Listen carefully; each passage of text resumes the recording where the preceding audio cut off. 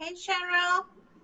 Hey, hi, partner. How are you? I'm doing very well. How are you? I'm fine. I'm fine. I just was assuring people that they're on the right site because they weren't really sure if they landed in the right spot. And I told them it Oh, didn't start till 11:15. So, right.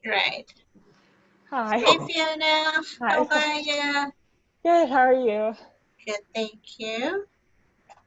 All So right. you'll probably be hearing the speaker prep. Given Cheryl, we're just like literally. This is the agile group of women, right? that's right. We have to be. We absolutely have to be. Yeah. So am I recording this session? Is that My understanding is the session will be recorded, but I don't know. I was looking to see if there was a person. Josh is the person. I am recording the session. Okay. Yes, and Fiona, it Right. would be great as the moderator. It would also be great if you make it a practice to record on your computer as well, sure? because I may not be able to stay in the session. Okay. But so far, I'm on it, and Fiona, I'm gonna make you a host now too. Okay.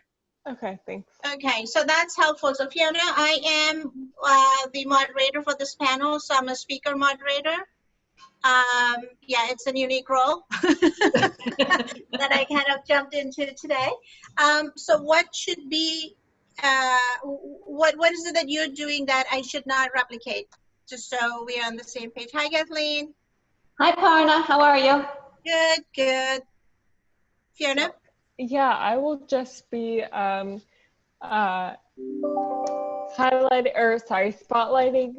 users, blocking people from sharing the screen, and Okay, so you'll take care of the technical details. So I don't have to worry about that.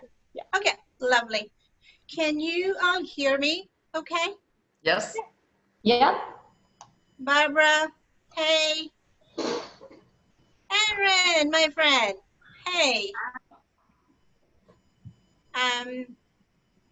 So I am, I'm not sure at this point if Victoria can join us in the end or not. She's had some technical issues, but I kind of said if you can join, I didn't want to put extra pressure on her. So just wanted you guys to know. We'll just wait for Debbie, and then we'll do a quick check for us.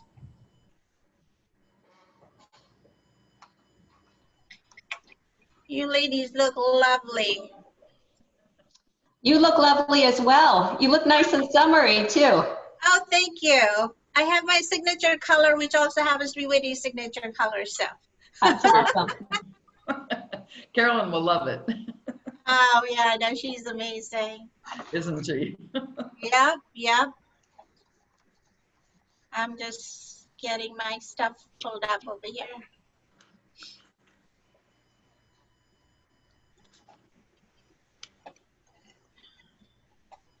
So Fiona, are we live at this point? Like for people to just join in? Yeah, we should be. There's no waiting room. Okay. So I think everyone should be coming in. Lovely.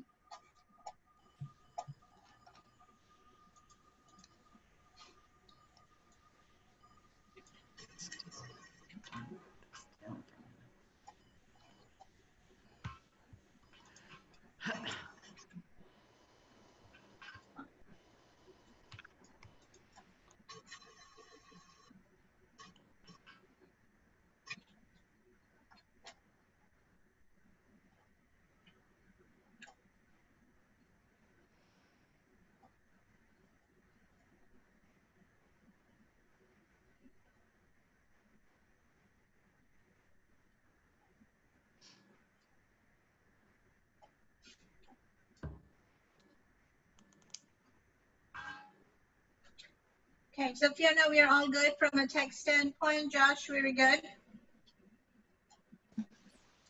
Yes, I think you're good, and Fiona will take it from here. Okay, lovely. Thanks for your help. Okay, sorry about that. Sorry, I'm kind of new to Zoom, so I apologize. No worries. No worries. Hey, Richard. Hello. Long time no speak. How you doing? Good, good. Thank you.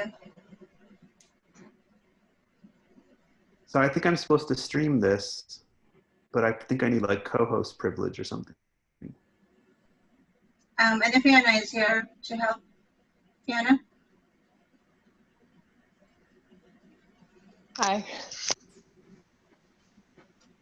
So Fiona, if you would go to your security setting, your security badge, click on that, and then just check off to allow attendees to share screen. Just make sure there's a check there. Yes. You want to transfer hosting back to me real quick? I would love to. Sure, no problem. No problem. That's Sorry, all right. That's why we're. I'm really having trouble with this. So if you go to participants and you see my name, here I can and you see my name, you can click on more and you should be able to make me host. Yeah, more is not appearing for me. I don't know why. I'm sorry. And you don't have the security tool coming up? I don't know. I think it must be because I made Cheryl the host. Oh, Wrong. oh, Cheryl's the host. She is the host. I see. No, I'm okay. not. That's why. So Cheryl, do you see? I know you haven't made the host, unfortunately. If you could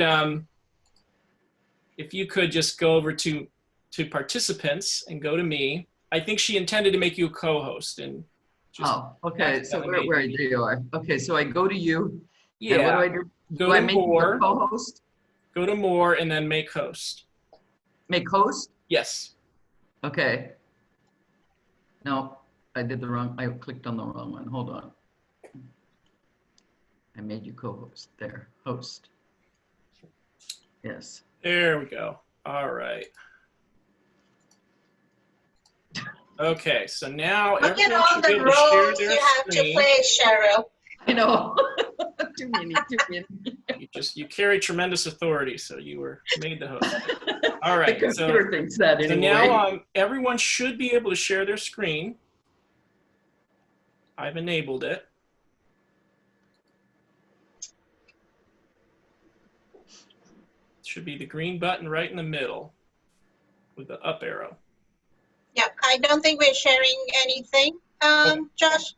So I'm not sharing anything. yeah, this is It's a the panel. conversation. No screen, no slides. Right. Hey, Debbie. So you ready? Sorry, that took longer to find the link than I thought.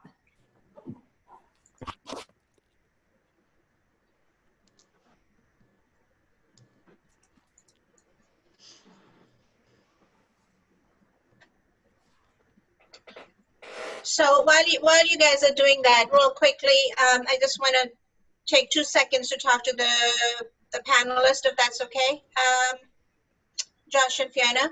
Yep, I'm keeping track of the Kathleen, panel. Cheryl, They've got- Debbie, or not the Barbara. panel, I'm sorry. 107 is going, and the other session is going now as well. Okay, lovely.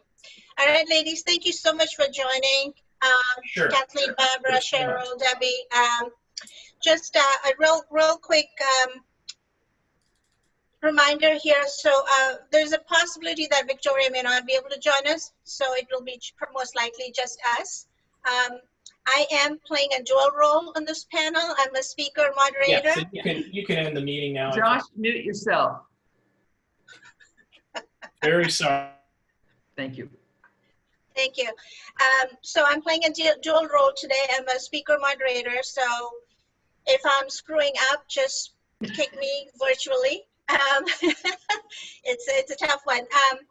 But what I'm hoping that for, each of you can just take a minute to just introduce yourselves real quick.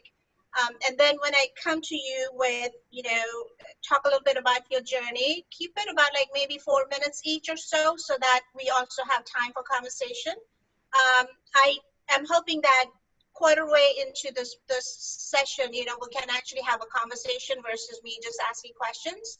And after each of you speak, if one of you have a question for us, just jump in and ask the question. So let's just make it interactive. And as I said in my email, I'm not sure if you're going to take questions or not. Normally, I would ask for questions. Today, because it's a pretty big panel, we may actually just have the conversation. But if we have time and there are questions coming in, we might just take it. So again, as always, we are agile, being flexible, and just making it all come together. So thank you for that. Appreciate you guys helping out and pitching in, and we have great stories to share. Appreciate it. Much gratefulness from my end. All right, I'm done.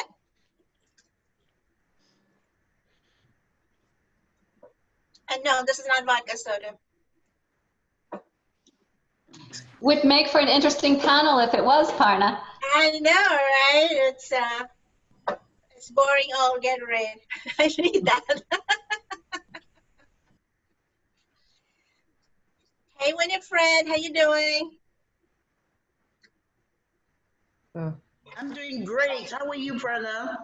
I'm doing fantastic. Thank you. How's the session been so far? I have enjoyed it really well. I'm really impressed with the way you which is using Zoom. Yeah, for sure. Hey, Liz. Hi. I took this opportunity to eat a little food because I've got a 12 o'clock networking. Ah, good for you. We all need the sustenance. I know it's been a Long day already. long day already, It's a long night. but it's all good. So it's all coming together nicely. I checked in on a couple of sessions in the morning, so it's all good. It's great. Yeah. I really enjoyed the IDC panel. The whole thing was great. Yeah, Michelle is awesome. And I thought Carolyn's speech was great too. Yeah. I'm going to see if we can reprint it next week in the newsletter. Oh, that'd be amazing. That'd be great.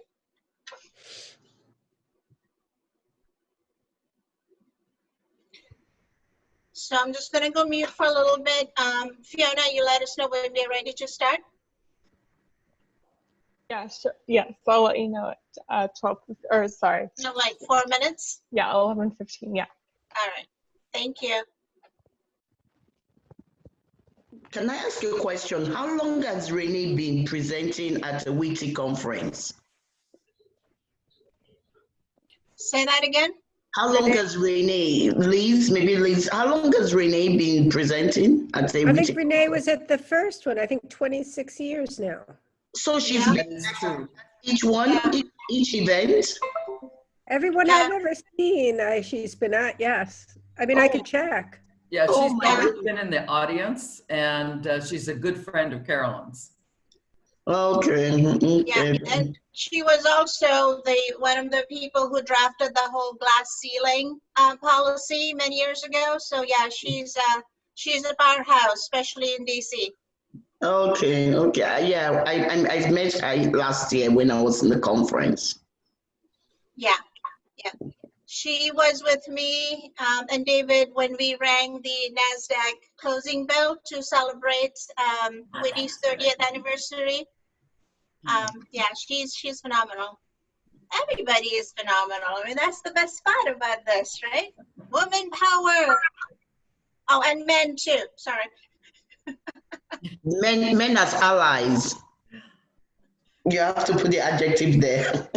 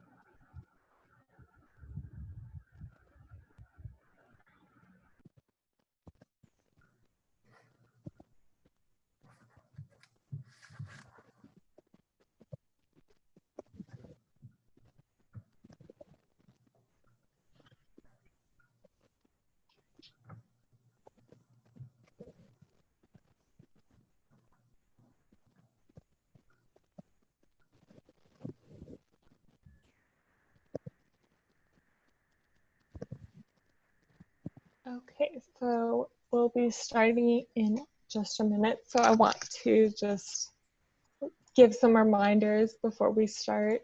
In the upper right corner, you can go to speaker view. You might be on gallery view right now. It's a good idea to go to speaker view.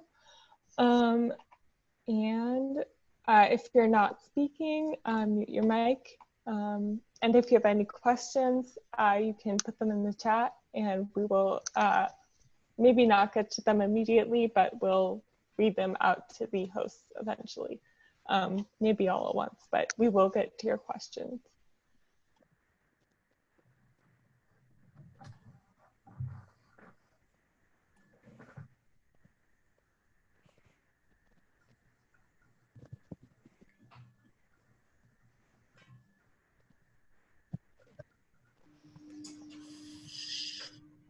Okay, and we're ready to start.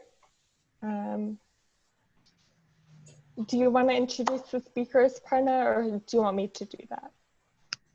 No, we can do that. Thank you so much, Fiona. And hey, everybody, thank you so much for joining us today, and hope you have all been enjoying the sessions that, before ours. Looking forward to this today. As you can see, we have an amazing group of women leaders here today. We'll be hearing from Kathleen and Barbara and Cheryl and Debbie. So definitely, ask us questions. We will try and respond to as many as we possibly can. And before we get started, I would love to hear from which city you're joining us from. It's always nice to hear that. So with that, welcome again. Sorry. As far as introduction, I am Parna, and I am the VP of Brand Marketing for Witty, and also the founder of Brand and Buzz Marketing. I'm coming to you guys from sunny Boston for a change. And a fun fact about me, which is something I've asked the speakers to also share, is that in college, I used to play cricket at a national level. So that's a little bit about me. Kathleen, would you like to introduce yourself next? Great, that's a great fun fact, Parna. Good afternoon, everybody. I'm Kathleen Medford. I'm the Chief Strategy Officer at PTC. I'm also joining from just outside of Boston in Holliston, Massachusetts. And a fun fact about me is I met my husband 20 years ago on Match.com. And this was before online dating was cool. So I told my parents we met at an airport, and they didn't know. I didn't tell them to the day we got married, and they'd accepted him that he was an online dating match. Cool. Barbara? Hey guys, can you mute your mics, please? Thank you. Yeah, I'm trying to figure out who that is. Hi, I'm Barbara Clark, and I am the third person who's also in Boston. I'm in, the tropical south end of Boston. And geez, fun fact, I didn't know I had to do a fun fact. I wasn't paying attention. I was in a horrendously bad music video in the 80s. And if anyone were to recover that video, I would have to pay you a lot of money, I think. So anyway. Who's the band? I'd have to even think about it. It was an unforgettable band. Yeah. Thanks for sharing that. We'll remember, and we'll probably start digging to see if we can find that video. Cheryl, would you like to go next? Hi, I'm Cheryl Rude, and I'm a director professor for Carnegie Mellon, and I run a Master's in Technology Ventures program for the Integrated Innovation Institute. And let's see, weird fact. Well, I used to race sports cars. So that was always, I drive fast, do not see me on the freeway. Well, most likely you can't see me on the freeway these days, but that's the one strange fact. Oh, that's really cool. My son is going to be joining Carnegie Mellon in a few weeks, so I'll ask him to stop by and say hello. Oh, by the way, I'm in Silicon Valley. Okay, Maybe not then.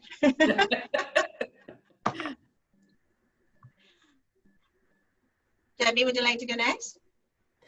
Sure. I'm in Santa Cruz, California right now. So Cheryl and I are neighbors.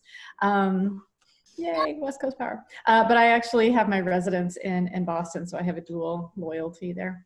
I am the CEO of Vecna Technologies, which has our headquarters in Burlington, Massachusetts. And we do healthcare information technology for virtual access and registration and administration of healthcare needs. So it's kind of pretty relevant right now as far as like people trying to do touchless stuff, which is crazy, turn the world upside down. I guess a fun fact about me, this is the only thing I could think of on short notice. I'm a cold cereal addict. I don't go to meetings or anything, but if late at night, early in the morning, I have my categories of cold cereal from, your appetizer to your full to your dessert. So if you happen to have the same, you have your appetizer and your bran flakes, and then you have your Lucky Charms for dessert. So I'm a connoisseur. Very cool. All right then. See, we all know fun facts about each other that we didn't know before. So that's awesome. So let's get right to it then.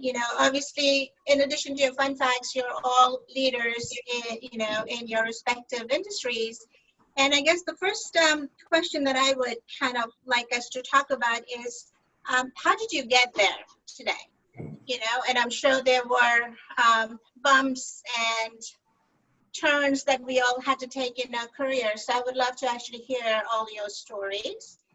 And if you like, I can go first and give you like a little bit about, how I got to where I am. So I came to this country several years ago now with 2 suitcases, a story about a lot of immigrants, I guess. Didn't know anybody, had no network, nobody would give me a job. So after knocking on dozens of doors, one female executive allowed me to get my foot in the door. So I was very grateful to her. We'll always remember her fondly. And then very quickly, I realized that I really enjoy technology. And so I kind of entered the world of tech. And very quickly, I also had a seat at the table in the corporate world. And that's where I learned about challenges, corporate cultures, how do you drive teams. And this is coming from India, where I didn't really have exposure to how a company works. But I was very grateful to have a seat at the table and very proud in the beginning when I would be the only woman in the room. And then very quickly I realized that we have to change that. So yes, after about 15 years and more, I think, living in the corporate world, loved what I did, loved tech. And then about 2 years ago, I decided to take the plunge, start my company, and become an entrepreneur. So it's been a crazy ride for me coming here, not knowing anybody, to knowing all of you now and have my company. It's something I am so very grateful for. And then the one thing that I think drove me every day, for me and my husband, because we had kids as well, failure was not an option. Like, we had to absolutely make it, because we had to support ourselves, we had to support the kids, we had to support our family. So that's kind of my story, now that you know. Barbara, how about you? Do you want to share a little bit about, you speak so many languages. You were one of the first women VC to actually invest in companies with women. Share a little bit about, your journey, please. Right, and I realized I was a little obsessed with my fun fact, and I forgot to even mention, so I'm a venture capitalist investing in tech, with women and technology companies. So, I think it comes from a combination of, I've always been very interested in tech. My background is not as a technologist, though. I'm an economist. And so I've always been really interested about the interplay between the economy and technology, going back studying, you know, whether it was some initial software programs, or, you know, the impact of manufacturing on the price of cell phones, things like nerd stuff. And so I was always really interested in that. And then I've also been very interested in, you know, seeing more women at the table. And I value women as leaders. And I know that, you know, as everyone probably knows, about 2% of venture capital goes to companies with women on the founding team. And that's absurd. Women do not have only 2% of the good ideas. I would argue we have probably 90% of the good ideas, and the skills and the talents to bring forward great ideas and companies. So that's really how, you know, I got into investing, you know, only in the past decade, but it's sort of a culmination of my experience from, you know, being fascinated about tech, intellectual property, how companies run, and being also very internationally minded. So yeah, that's me. Oh, that's fascinating. Thanks for sharing. Kathleen, would you like to go next? You obviously have a seat at the table in that room. So. Yes, absolutely. So I have an interesting background. I went to school for fashion design. So I started my career as a menswear designer in New York, and I did that for 4 years and was implementing a PDM, product data management system, at the fashion company. But I spent so much time on the phone with the technology company telling them what their software should do. They said, why don't you come and work for us? So that's how I got into tech, and I've been in tech longer, 22 years now, than I am in fashion. But being in fashion gave me a really good insight into understanding consumer behavior and consumer needs. So I have had many different tech roles, from being a product manager to implementing to I've been at PTC for over 14 years, where I led their product management and R&D organization, to now as chief strategy officer. One of the things along my journey is, from all the different roles that I've had, none of them are one that I was formally trained for, but being a curious learner and interacting with other, not just women, but other leaders, and understanding best practices has really helped me get to where I am today. Wow, awesome. Debbie? Your background has something to do with space research and technologies, I believe? Yes, from the Cannot time that hear I was, you.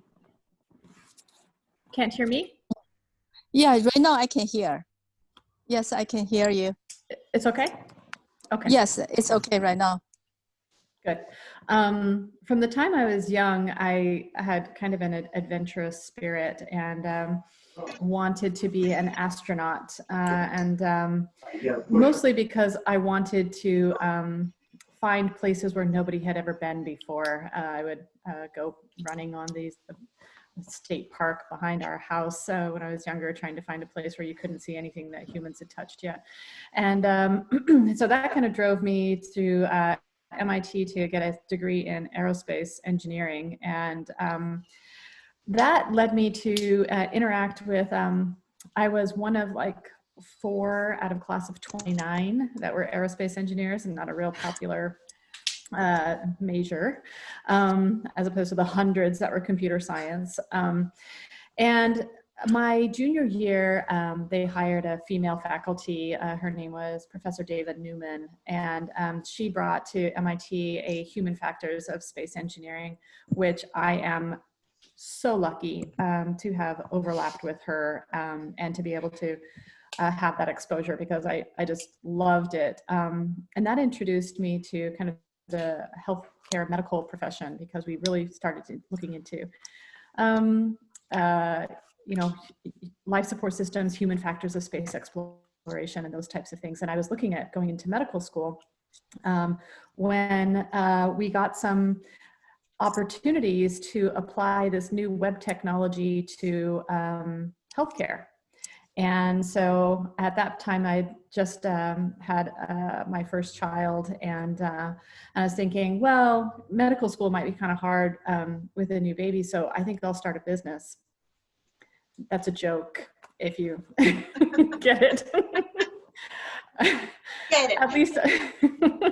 At least I could do the business out of my home, which I don't think I could have done medical school, but it basically consumed our lives for probably, you know, it was my first child was I think we actually started the business and we were thinking about having kids, and yeah. So anyway, it was, they came about the same time. So it, you know, grew in our house. It was in our back room, and then it went to our basement as well. And then when it started getting into our dining room, I'm like, all right, get out, we gotta go. And so we pushed out and started growing the business from there. But I think, just like Kathleen, I don't feel like I was ever formally trained for a lot of the situations that I was put in. And that's been really interesting. So being the CEO of a company at like 28 and trying to get it off the ground, and working with government. We were born into government contracting, so having meetings with generals and high-ranking military professionals really demanded of me a sense of to really be less feminine than I had normally been, and to create a very serious exterior and try to be very, you know, ultra professional. And I can remember for a lot of my career path and trying to establish that credibility from a technical and professional. At one point there was a transition of saying, you know what, I think I can bring more of myself to my business. I think I can start to express who I am and feel confidence with that. And that was a turning point for me. And that came to be more like, you know, I think I can smile. I think I can actually like laugh or joke, you know, and still be taken seriously. And that was a good part of my journey. But I really think that the critical thinking skills that I received as an engineer, and the ability to see things from a systems perspective has been really critical for me in approaching healthcare and providing solutions to, you know, a very complex ecosystem that I'm working within. So, not to say if I didn't get an invitation to get on a spaceship and go to Mars that I wouldn't seriously consider it. So, just to put that out there to the universe. Well, there's still hope. You never know, you know. SpaceX is launching people to space. Let's see what happens there. It's a great Absolutely. Story. I appreciate that. Cheryl, so in addition to racing cars, I see that you do something around vineyards, or what's that? Tell us a little bit about that. Look at all these secret lives and career journeys of you ladies here. Tell us a little bit about that. And how did you get from there to where you are today? Well, let's see. I've always liked to learn. I always like to solve problems, and I like to read. And so when I went through college, I did the thing that typical people who don't know what the heck they want to do. I took 3 majors, and it was English, math, and computer science. So I came out with a very systems perspective and a problem-solving type of personality. And I went into work doing software engineering, and because I had the background of English as well as computer science, they said, oh, you can write the COBOL compiler. So I had the opportunity to work with Grace Hopper and do the DoD for the COBOL compiler many years ago, which tells you how old I am. But then moving on, I always like to help people learn and help people do more. And that got me into management. So I became a leader of compiler products and be able to create new capabilities, solve problems, and always be customer focused. So that was another big learning point for me. And then I went to the bank and was head of systems there, international systems. But while I was there, I recognized I needed something more. And that was the ability to be oriented around marketing and customer contact. And one of the things that I learned from the bank was that you don't always get to choose who you work for, but you do get to choose what you learn. And I went to work for the guy that was absolutely one of the toughest guys in the business. And I had friends say, don't go to work for him. He'll kill you. He's compulsive, works all the time. But I said, I know what I got to do. I have to learn some marketing, and he's it. He's the best. And so I went to work for him, and found out why he was so cranky is because he didn't understand systems. And he liked me from a standpoint that he felt I could help him understand. So in the morning, he taught me marketing when the markets opened in New York. And in the evening, I taught him how to do his own email instead of having his admin print them all out. He'd write on them and then give it back to her the next morning. The only problem was that the execs that worked for him started calling me and say, will you stop teaching him? He's getting the email back to me too fast. And, but then a situation of values occurred, and my values and the bank's values were slightly different, difficult to make decisions, a very much male-dominated environment. And I had the opportunity to go to work for Hewlett-Packard, very much a family organization. And I was leading a software group there. And we were becoming very successful with our Unix systems as a result. And the CEO at that time asked me to do a big project for him, which spanned the whole company. And I stopped. And one of the other things I learned was how to make a good ask. And I said to myself, I want to do that job. And in order to do it, I need a master's in business. I cannot be unable to talk to these execs who are very business structured. So I decided I would create an ask that would benefit both him and me, as opposed to just saying, let me go get my master's at Stanford. And so I went in with the barometer, and the barometer was up to this level, I'd stay with the company and do the project. But if it didn't reach that level, I had another opportunity, and I wanted to make it clear that I preferred to stay, but I also knew that I wanted to have a larger career. Well, he was just incredibly great. He always asked good questions. And he said, and I said to him, I know you only do engineering degrees, but I want a business degree. And he listened and listened to my whole rationale. And so I created a group that included Mike Maples from Microsoft, John from Hewlett-Packard, and Steve Wheelwright from Harvard, who was the best process analysis person, and then the CEO of Chevron. And I made them be my advisory team from when I was going through to present each quarter how I was going to solve the problem that John had given me at HP. Worked out great. I got my degree. We moved on this initiative, and it went perfectly. And I loved my time at HP, but as HP started to change, new leadership came in. I found that I wanted, if I'm going to work this hard, I want my own business. So I did. And then I had a good friend at HP who was the dean now at the Silicon Valley campus for Carnegie Mellon. And he said, you know, I want you to come teach people what you're doing and what you did. And so that was how I got into Carnegie Mellon and ultimately the director of this technical ventures program. But along the way, there are things you get interested in. One of the hardest things about software, you can't touch it. You can't touch your product. I fell in love with wine. I could drink my product. I'm very happy at that, to have a product I can really touch and enjoy and makes me feel good about the work I'm doing. But what we did, we applied some of the same reasonings for making our winery very successful. We went from 1,000 cases a year to 30,000 cases a year in 5 years. And we had a very clever approach of our motto and our wine. And that's been fun. And also along the way, I race cars, and also along the way, I have a great husband who I met in Boston. So I'm bifurcated myself. He was the former VP of marketing for DEC before it became consumed by Compaq, before it became consumed by HP. Anyhow, that's a little bit of me. I live here in Silicon Valley in Woodside now, and I have a wonderful dog on top of it. Excellent, excellent. Well, great, great story, all of you.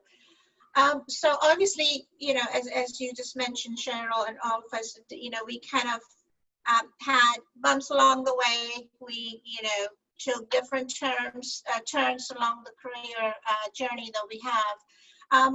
What is the one big challenge that you may have faced in your career journey, and how would you, now that you are where you are today, what would you do differently? Kathleen, do you want to start us off on that? Sure. So I would say one of the biggest challenges that I've had was many years ago. I was in a job that I didn't love, and it was at PTC. As I mentioned, I've been here for you know, over 14 years in a variety of different roles, and I was in a job that I didn't love because I really didn't mesh well with my manager, and you know, there just was, I wasn't gonna say it was because I was a woman, but I was the only woman on his staff. You know, PTC's been working very hard and increasing the number of women, but back over 10 years ago, we didn't have that many women specifically in the R&D and product organization. So for many years, I reported into him, and I didn't talk to anybody about it. I didn't look for another job. I was kind of a little bit miserable. And this was for really at least, you know, two years of my life where I didn't do something about something that wasn't making me, you know, very, very happy. And if I could go back now, I would go back to my, you know, my younger self and say a couple of different things. Why are you staying in a job that's not making you happy? And I stayed at PTC because I love PTC as a company. But there were so many other opportunities that I could have looked into. So that's number one, something I would have done differently. And number two, I should have talked to somebody about it.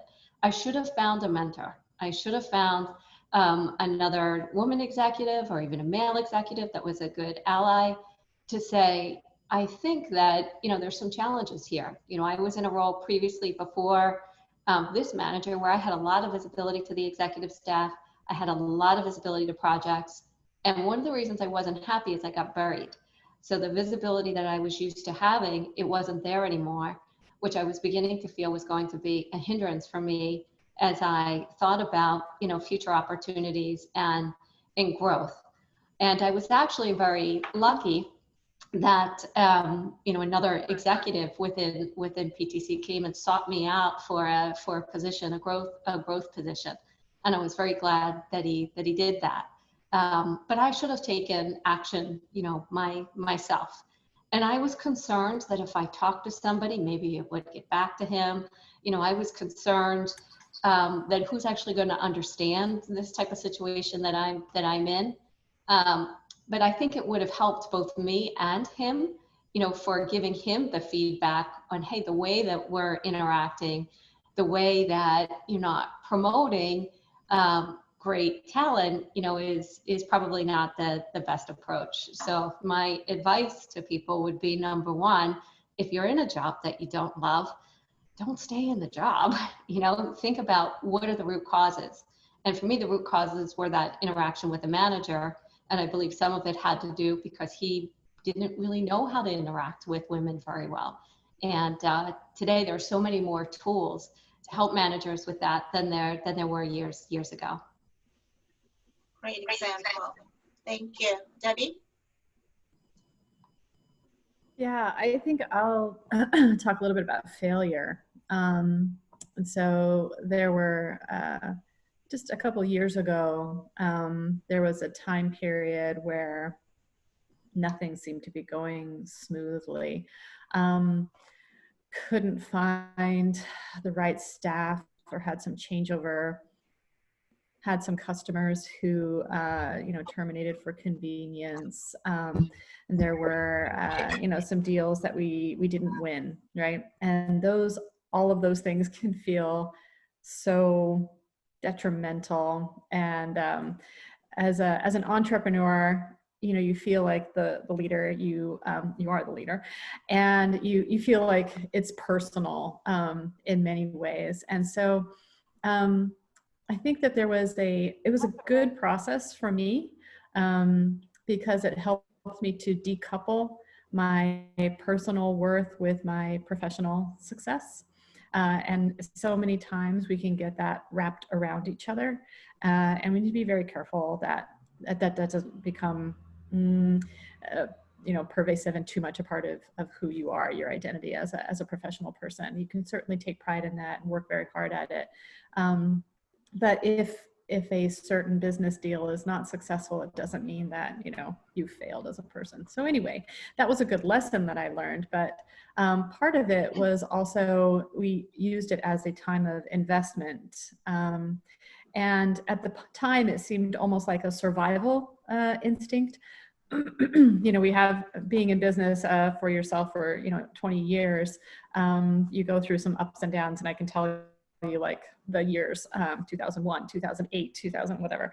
And so that there are cycles to these things, which is helpful to have that perspective. It doesn't make it much easier to go through them though. And in this particular cycle, used it as an investment period of like planting seeds, right? And just like the markets, when they pull back, if you have the cash, you should invest at some point when the markets are down, because with the faith that it's going to go back up. But it's scary because emotionally you want to pull out and you want to become insular and you want to like cut and stick to what you're good at. And it's hard to think about being innovative and pushing yourself when you feel threatened and when you're scared. And so that fear and trepidation is difficult to move forward with. And so you kind of, again, have to decouple that. So, and we have a saying, with some of my older veteran employees, just as long as we stay alive, right? You just have to stay alive, and then the next thing will come. And so in this case, I would have gone back and told myself to be more patient, to work hard, to invest, and to be patient. Because now what we're seeing over the last 6 months is that, a couple years of investment and of, really listening to the markets is resulting in almost a tsunami. So now my challenge is delivery, which is a great challenge to have, but it wasn't the same challenge I had maybe 2 years ago. But you just have to be patient through some of those cycles, keep putting in the hard work. The other thing I would say is that don't pull in, like what Kathleen said, like at the points when you feel like, oh my gosh, I've ruined it, I failed, I'm not good enough. Those are not the times where you want to go and talk with people. Those are not the times where you want to put yourself out there or network or feel like you have a lot to give. But that is exactly the time that you should be increasing your networks. Or if you have networks, you should be increasing them every time so that when you fall on those times, you can reach out to people. But if you don't hide, don't stay inside, go and talk to people. It's very natural. Probably what you're feeling or what you're going through, 1,000 other people have been going through these that are right in your circles. And there are people who have a lot of experience.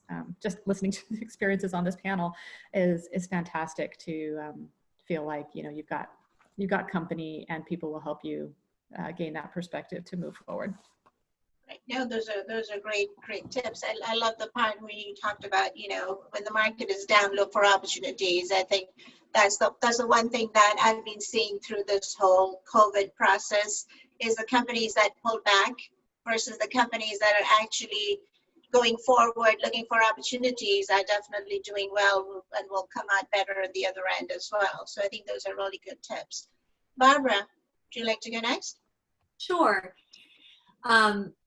Advice that I would give myself back then and I give now is that in order to have choices, you need to have options. And too often we sort of settle on a pathway, one pathway,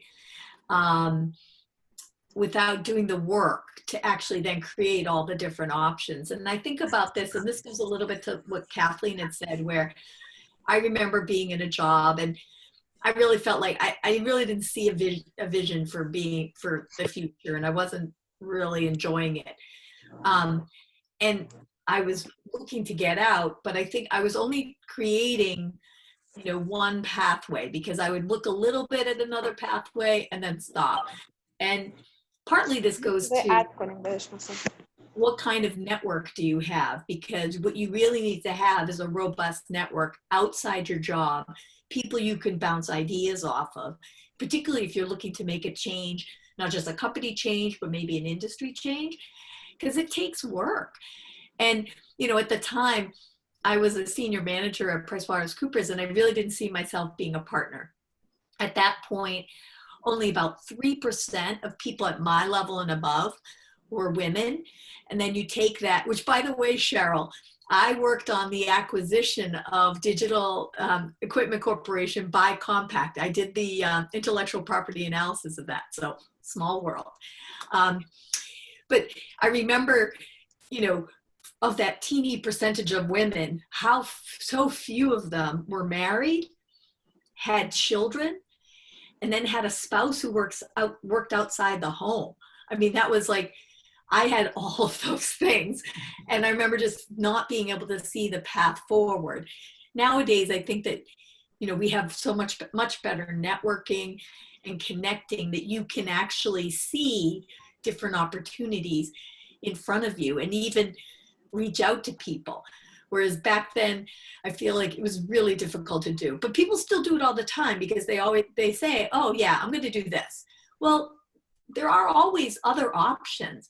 It's work to pursue them, but it makes sense in the end. But it just takes work. Yeah, good point. Cheryl? Well, it's hard to add more. I think that what has been said has been really quite rewarding. For me, I think there's just a couple of things. I always looked at my life as a journey, and I was always open to considering new paths. You know, I think it was Ellen DeGeneres who had if you get lost in the forest and there's a path in front of you, take it. You know, it's that type of thing. And every now and then I would get lost in the forest. And I remembered one time sitting in a meeting, and I was presenting to the executive group on a new project that I thought was very important and should be funded. And they were trying to keep confined how much money they were spending.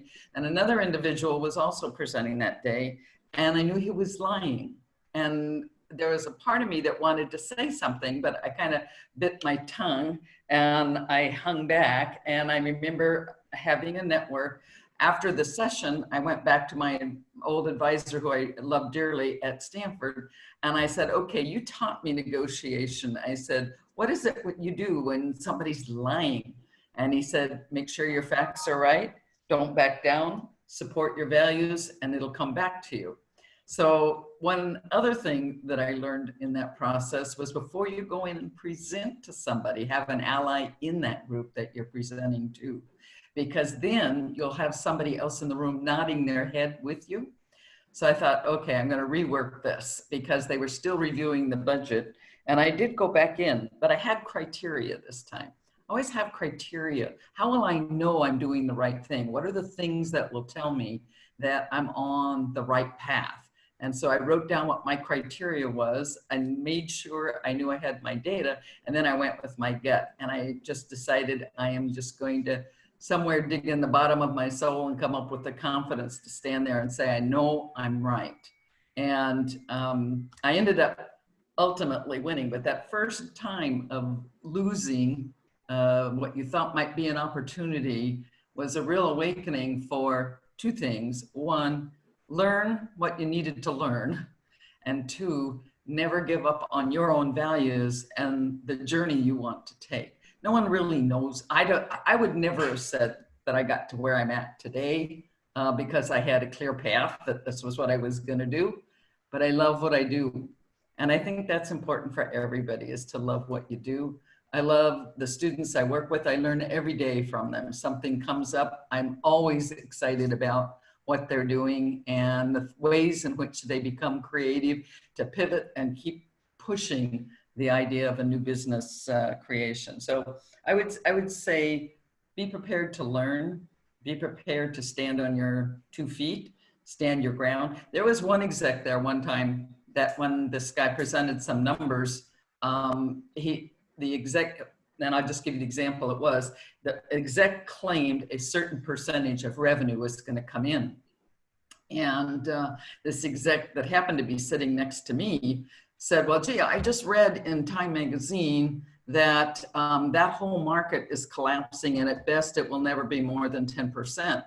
And I looked over at him like, where did you get that information? And the guy up front just kind of went, kind of stalled. And then he turned to me and he said, what do you think? And I said, I don't know where you got that information, but I know these stats are the right stats. And here's my background. Here's the evidence. And he looked at me and smiled. He says, okay, let's continue. Afterwards, the meeting, I went over to him. I said, what were you thinking? And he goes, I just wanted to see if somebody could be enough backbone to be convinced on what they were doing to move forward, because then I know I can support that individual. So think about that. Be factual, but be confident in what you've worked on. Yeah, no, I think that's really great example. I think for me, it was when I joined the corporate world, and like I said, you know, I had my seat at the table. I personally thought if I work really hard, everything will work out. And very quickly I realized that working 20-hour days wasn't really gonna do it for you. So my lesson learned was that I really should have looked for sponsors and mentors, because being an executive for the first time, having a seat at the table, you need people, you need allies, you need people to kind of help guide you. So when I was thinking about starting my company, I spoke with, I don't know, like 20, 25 entrepreneurs at least, to kind of get their input, learn from them, so that some of the, so that I don't make all the mistakes a new entrepreneur would make, you know. So my lesson learned was have allies, have mentors who can actually, you know, help guide you. So so yeah, I think we all, you know, have learned so much as part of our journey. And if we could do things differently, like we all described, you know, there are things that we would tell our younger selves not to do or do more of. So I'm looking at a lot of the questions that are coming in. Maybe let's look at this. Christine is asking, how do you keep up visibility while working from home? I'd like to expand a little bit, because, you know, as individuals, especially women leaders or women entrepreneurs, or just women professionals in general, I feel that we are often shy about putting ourselves out there. You know, it's more about, oh, let me be behind the scenes. You know, I don't have to be visible, and I don't, you know, let me just work hard. But I feel that all of us, you know, on the panel today, we've probably had to play some kind of a role to make ourselves visible to the team, to the industry, what have you, so that we get to the point where we are today. So I'm wondering if you guys have any suggestions or tips for us on, you know, how do you drive visibility, especially now when you're not able to interact in person, but we're all interacting over here. There's 131 of us getting to know each other. So that's step one. You guys have joined us here, so that's part of building your visibility. So would any of you want to kind of jump in? Kathleen, Sharon, Debbie, Barbara?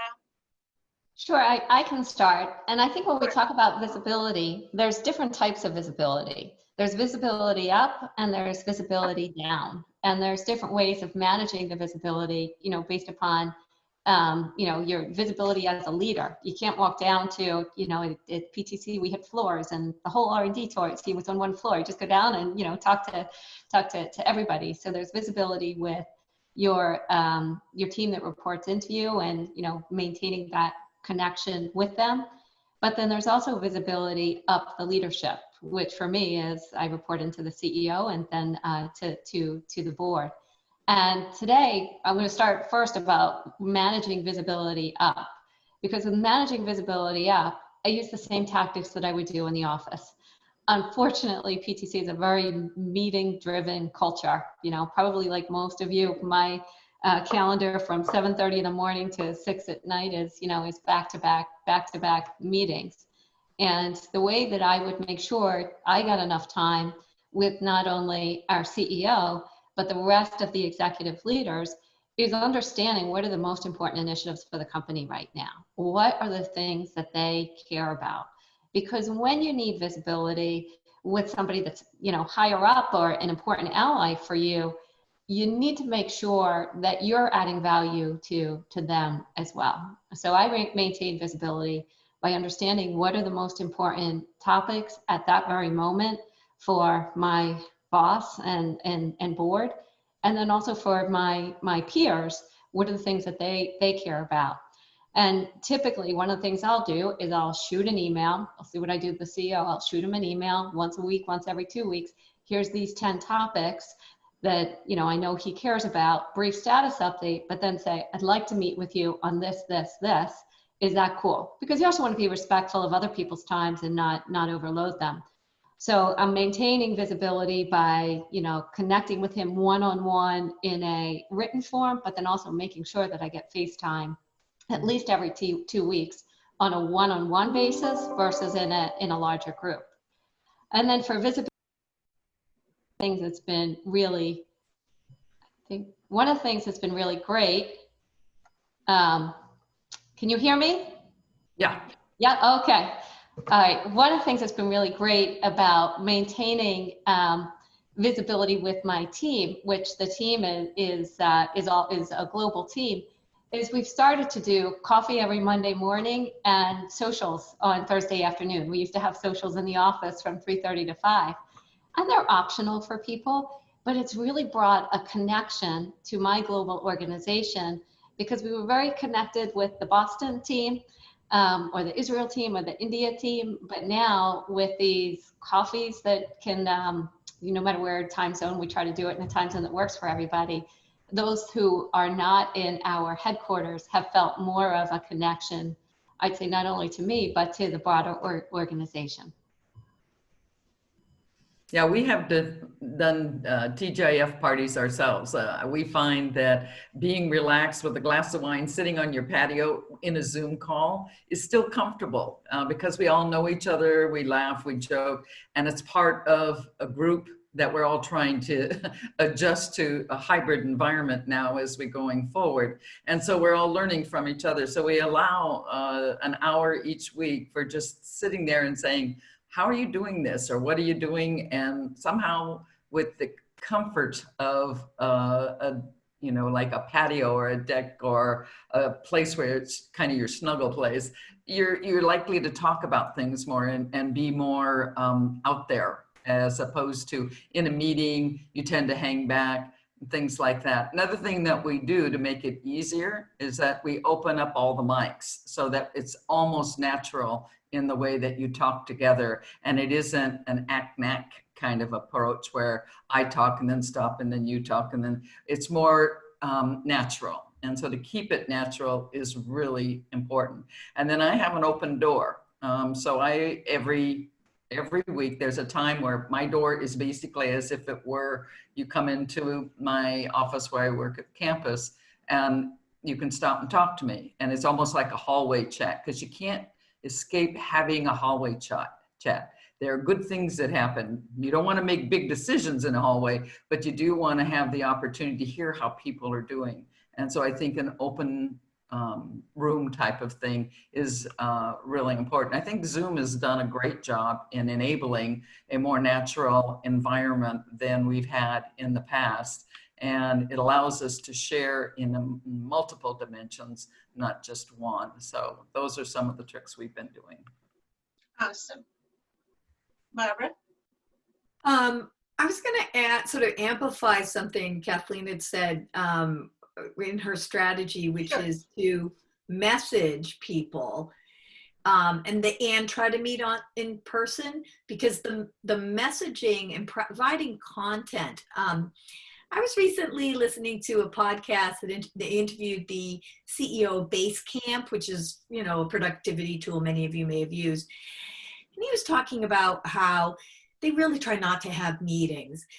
They try to sort of push people, you know, to really think about the problem they're solving, what they want to accomplish, to put it down, and then to sort of communicate sort of asynchronously. Because I think we've all seen the situation where you're in a meeting, somebody presents information and you're like, wait, I wanted more time to think about that. Is this like this other thing I did? And it's just very respectful. And so, and people are always trying to meet with me, and it's like, oh, hey, I'd like to like pick your brain about something. And I'm like, well, send me the brain picking first, because I mean, I don't want to get on some call and realize there's no relevance here. Plus, you know, I meet people all the time, and I forget sometimes if it's been a couple of months and we haven't interacted. But if I go back to my, you know, my emails and my documents, and then it refreshes, I'm like, yes, this is what we were working on. This is what we talked about.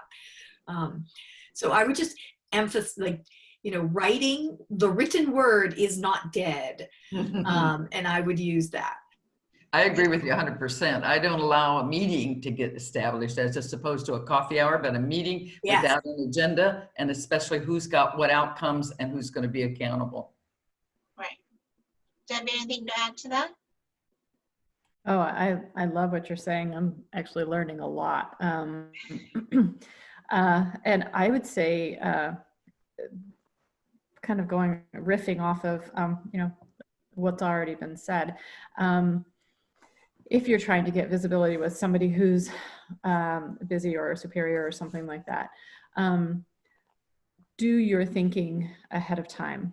And so like what Barbara was saying with picking your brain, that's great. But if you could have thought of these yourself, like think of them yourself, like even if it's not in a meeting, but if it's in an email, there's so many emails that go out and say, here's the problem. And then everybody who's CC'd on that email has to now think about that problem.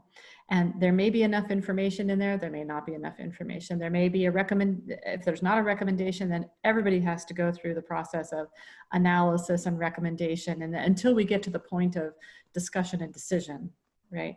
And so that's the thing that I'm trying to push my team towards more, and myself, is to say, and it's kind of selfish to say, if I send this email, will I get 3 more back, or will this solve it and be done? Because I cannot handle another email in my inbox, right? We're all trying to reduce our amount of time that we spend doing email. My daughter asked me, Mom, what do you do for work? And I was like, I do email. That's my job.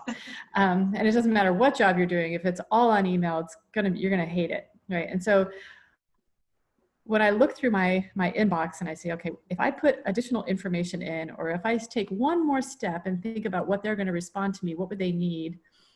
Or if I think, here's what I think is the solution, and maybe if I put that out there, we can get even one more step further, and then we can close out the stream and make everybody's the most efficient use of time. So just think that next step further. So I love what Cheryl's been saying about going into talking with people and being so prepared and having, you know, a couple of options and outcomes that she wants, and how she like stacks her deck so she gets what she wants.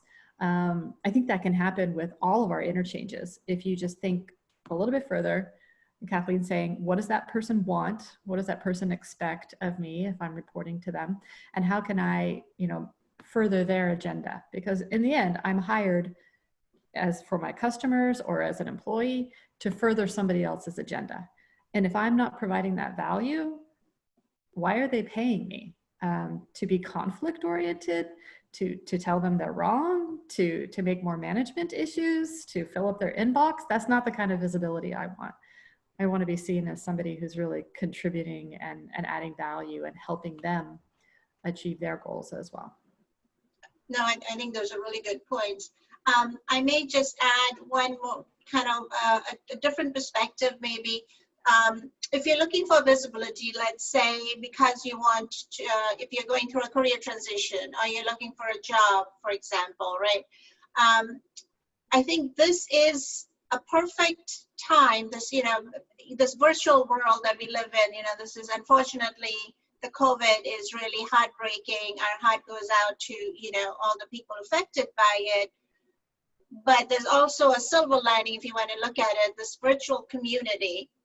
So if you know which organization you want to join, or you're looking to build your visibility and expertise in a certain area, always look for, where are these events happening? Are there networking that's happening? And one of the things that we're finding, because especially from a witty perspective and also from my clients' side, we are hosting multiple events a week via Zoom. And this is working really great for startups, especially because we are now able to reach, much broader audience. People are joining us from Asia and Europe, and so we are not kind of tied to the room, like not in Boston, 30 people in the room, but we can actually expand the reach. So I would say, look for opportunities to join virtual meetings and see if you can connect with the organizations or the people that you are hoping to connect. And also, you will also be specifically building visibility to a specific goal. So that's kind of my 2 cents to add to that. We are kind of running, we're about Fiona, a few more minutes left, right? 5 minutes. Why don't we wrap with like one last question for each of us? If you were to give a tip to a budding entrepreneur, a budding leader, what would that be that they can actually walk away with? And your tip could be related to, your expertise, let's say. So Cheryl, for you, for example, if it's a tip for, students or early entrepreneurs, what would it be if you want to start? Okay, well, I would say be ready to learn and take action. Don't sit back. We have got to build our confidence, and it's like Dumbo's feather. If I could give everybody Dumbo's feather, I would be very happy. I don't know how many of you know the story of Dumbo, but he thought he couldn't fly until the little mouse gave him a feather that gave him confidence to fly. And then one day when he couldn't find the feather, the little mouse said, but you've been flying all along. And I think that's the best thing for me with entrepreneurs is let people fly, let people learn. And failure is not bad. Failure is learning. If you're not learning, my ski instructor told me, if you're not falling, Cheryl, you're not learning. So do that, learn, and keep your energy focused on where you're going on your journey, not on one end point. Don't be a position, be who you are. Great point. Kathleen? Those were all great tips from Cheryl. Kind of building on that, I would say, number one, use your voice. We all have voices, use your voice. Going back to the being visible, be visible. When you're invited to meetings, when you're invited to networking events, show up so people know who you are and what you have to say. The second thing would be ask for what you want. Oftentimes as women, we think, oh, if I do a great job, somebody's going to notice me and I'll get that promotion, or they'll think of me for this role. You got to be your biggest advocate. So, make sure your boss knows where you want to go in your career. Ask for the raise, ask for the promotion, and ask for the steps as to how you're going to get there. And lastly, I would say, don't be afraid to take chances. All of us, I think on the panel, have taken chances at different things and gotten to a place where we're happy and confident. Good point. Barbara? Advice I give to everyone all the time is whenever you're offered a position, or whether it's a job position, or if you're an entrepreneur and you're raising money and somebody makes an offer for your company, whatever it is, always reject everything and come back with some sort of thing about how I really appreciate that, but I was really expecting more. These are some of the things I bring to the table. Even if you love the offer and think it's fantastic, you have to realize, you have to get it in that mindset of like having people expect more of you, and sort of a little bit like has been said, elsewhere, like advocate for yourself. So always reject it obviously in a very nice and polite way, and set their expectations higher for you. I have routinely said this for years, and it pays off. And I remember connecting with somebody decade after I told her to do that, and she said she did that at every raise, and I told her I should get a commission, but maybe I told her make a donation in my name. Good point. Debbie? I wish I'd heard that advice a long time ago, Barbara. And Kathleen, you stole mine. But the ask part, I think, is I'll just give a little like to that one and add on to it. And so I think part of it also is to have confidence in yourself. I've talked to a lot of women entrepreneurs who may have co-founders who are men, people who have started their businesses with their husbands or other things. And sometimes they will back off. And I've heard people say, I wish I just trusted my gut. Like I knew I should have done something, or we should have this or that, but I didn't speak out or do something. So it's kind of the same theme of you have it inside of you. Also, don't be afraid of where your journey takes you. So I wanted to be an astronaut. I'm not an astronaut. Am I upset about that? Not really. Like I really liked where my life has taken me, and kind of riffing off of Cheryl that, it's your journey. What is your journey giving you? Follow the energy that is positive. Make a scary change. If you're excited about where that path leads, it's also could be uncertain or scary or a little risky. If that's where you find the energy of where you should be going, follow that, or whatever you call energy. But I think as you reach those decision points, you'll probably start to feel that tug, and it's okay if it's scary, but don't let it pass you by, or don't let too many of them pass you by. No, that's really good. And my tip would be, if you want to be an entrepreneur, jump in with both feet. Don't be scared. Take a risk. Having done that, I wish I had done it sooner, because I wouldn't go back to my previous life. I think I just love what I do.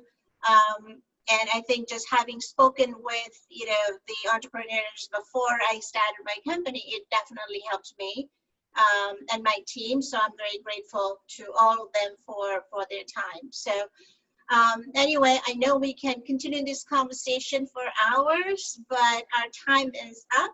Thank you so much, Kathleen, Cheryl, Barbara, and Debbie for joining us. It's been very, very inspirational. And guys, I hope you found it helpful and inspirational. Thanks for your questions, and I hope you all stay connected. And if you guys have any questions for us, you know how to reach us. Go to LinkedIn, find us, and chat. Enjoy the rest of the summit, and I'm sure we'll be chatting in another session via Zoom. Thank you again. Stay safe. Thanks, Parna, for Thanks inviting us very all. much, Thank Parna. you. Thank you. Nice to see you. Bye. Nice to see you. Okay, you too, Cheryl. Bye-bye. I'm Ann Rippentish. All right. Bye for now. Bye, Ann. Bye.